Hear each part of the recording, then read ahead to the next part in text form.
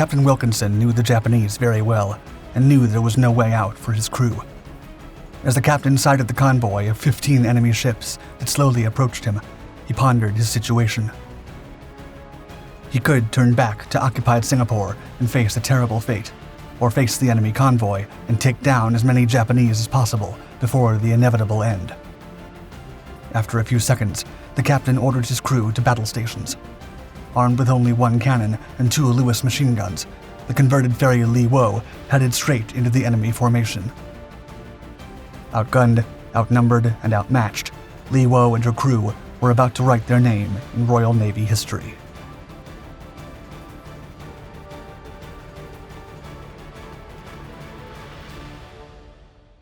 HMS Li Wo. Li Wo was a passenger riverboat built in 1937 by the Hong Kong and Whampoa Dock Company, one of the largest in Asia, for the wealthy Indochina Steam Navigation Company, which had been established in 1873, prior to the Chinese instabilities that culminated in the Boxer Rebellion. The riverboat was built to traverse the vast and rich Yangtze River, the longest in Eurasia and the 3rd longest in the world. Her 2 years of ferrying passengers across the shores and landscapes of China coincided with the increasing animosity between Japan and the Western powers due to the outbreak of total war between the Empire of the Rising Sun and China. Hong Kong, among other Asian territories such as Singapore, was part of the British Crown, and Japan's policy made it clear that Asia was meant for the Asians, or the Empire of Japan at the very least. Even so, European nations did not believe that in the face of global conflict, Japan would dare to attack colonies under British, Dutch, Portuguese, French, and American rule. But they were wrong.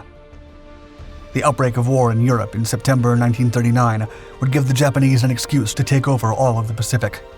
And with tensions quickly rising, and the British Royal Navy's forces focused on neutralizing the German and Italian fleets, the Asiatic dominions were left without any considerable contingents that could deter the Imperial Japanese Navy. In 1940, Li Wo's civilian service ended when she was requisitioned and commissioned into the Royal Navy to fight the Empire of Japan.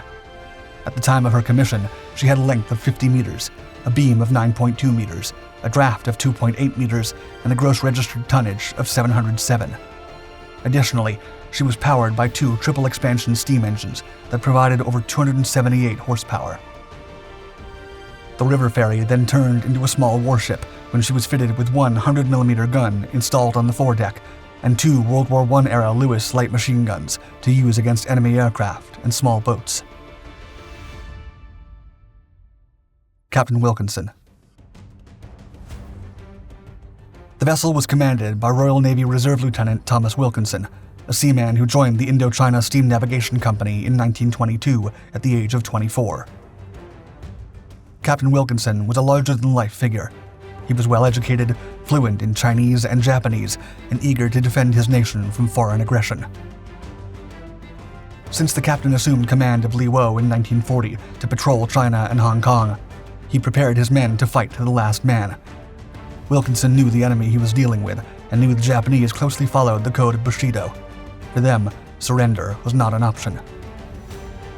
Li Wo and her crew patrolled Singapore's rivers and coastal waters until late January 1942, when the Japanese prepared an assault to retake the entire region, including the crucial nation of Malaya. Fall of Singapore. Li Wo was in Singapore when the Japanese attacked Malaya with brutal force, finally taking it by February 13, 1942. The British forces had retreated and gathered the surviving forces in the Java region in Ceylon. They knew Singapore was next. Li Wo was one of the last vessels to leave Singapore, but about 36 hours before the vessel left in the early morning of February 13th, the ship's crew experienced some drastic changes. Because of the imminent threat, the crew consisted of over 84 personnel, 19 of which were sailors from the Royal Navy, 2 from the Royal Air Force, 5 British soldiers, 34 Europeans, 10 Malays, and 6 Chinese. Some were newcomers, totally unaccustomed to life at sea, but they knew their lives were at stake and would have to do their best. Others were seasoned veterans, survivors from HMS Prince of Wales and HMS Repulse. Captain Wilkinson was then ordered to head to Batavia as soon as possible.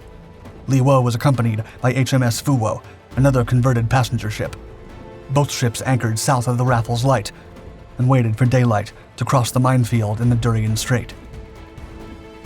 Between 1 and 3 p.m. on February 13th, both vessels were subjected to heavy bombing attacks by over 52 Japanese aircraft.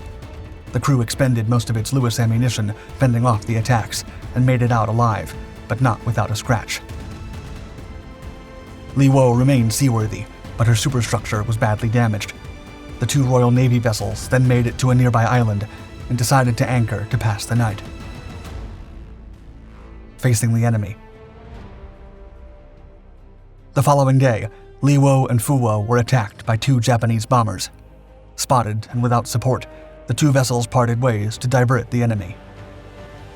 HMS Fu Wo would be beached a day later on Banka Island after a Japanese cruiser and destroyer opened fire and severely damaged the small ship. Meanwhile, Li Wo was attacked by more Japanese aircraft as she made her way to Batavia. As they approached Banka Strait, Captain Wilkinson saw smoke on the horizon that later materialized in an Imperial Japanese Navy convoy of around 15 ships. The vessels formed part of an invasion force bound for Sumatra and were escorted by the light cruiser Yura and destroyers Fubuki and Asagiri. Wilkinson had his back against the wall. He could turn back and risk being captured on his way to Singapore, or face the Japanese ships and take his chances. Either way, the situation was dire. The captain ultimately decided that fighting was the only way out and addressed his men, quote, "Gentlemen, the enemy outnumber us, the enemy outgun us, the enemy can outrun us. There is only one possible course of action. Full speed ahead and attack. We will take as many of those Japanese ships as possible." Ramming the transport. Word spread quickly among the crew. They were going to face the convoy until the last round was fired. Li Wo suddenly altered course to attack a 2,300-ton transport that was number 8 in the formation. Then, with only 13 shells left for the main gun and less than 1,000 rounds of machine gun ammunition, Li Wo hoisted her battle flag and charged the enemy. As the ferry approached the middle of the convoy, Wilkinson ordered the crew to open fire. The Japanese were caught off guard and puzzled by the boldness of such a small ship attacking them. The three warships were incapable of attacking Li Wo without damaging their own transport vessels, so the Royal Navy crew made every shot count. The Japanese transport ship then caught fire, and the crew abandoned the ship. When the main gun ran out of ammunition, Wilkinson ordered the crew to brace for impact. They were going to ram the enemy ship. The clash destroyed the Japanese transport, but Li Wo was also heavily damaged by the impact and fire from the other vessels. With her steering gear and steam pipe destroyed, Wilkinson gave the order to abandon the ship as the enemy warships began opening fire against the crew. The surviving men took to the sea and swam as fast as they could to reach a lifeboat. However, the Japanese did not give them peace and fired at them.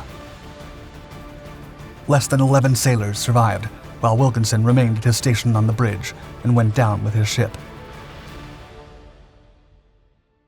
The Victoria Cross.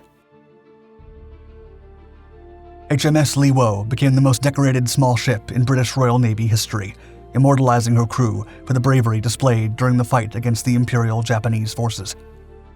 Moreover, Lieutenant Thomas Wilkinson was posthumously awarded the Victoria Cross, the most prestigious British military decoration conceded to British and Commonwealth forces. On Wednesday, December 18, 1946, The Times published the citation.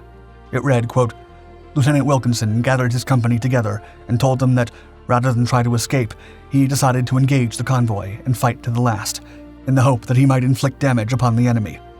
In making this decision, which drew resolute support from the whole ship's company, Lieutenant Wilkinson knew that his ship faced certain destruction, and that his own chances of survival were small." The collective act of bravery of the members of Li Wo's crew was also commended by the king.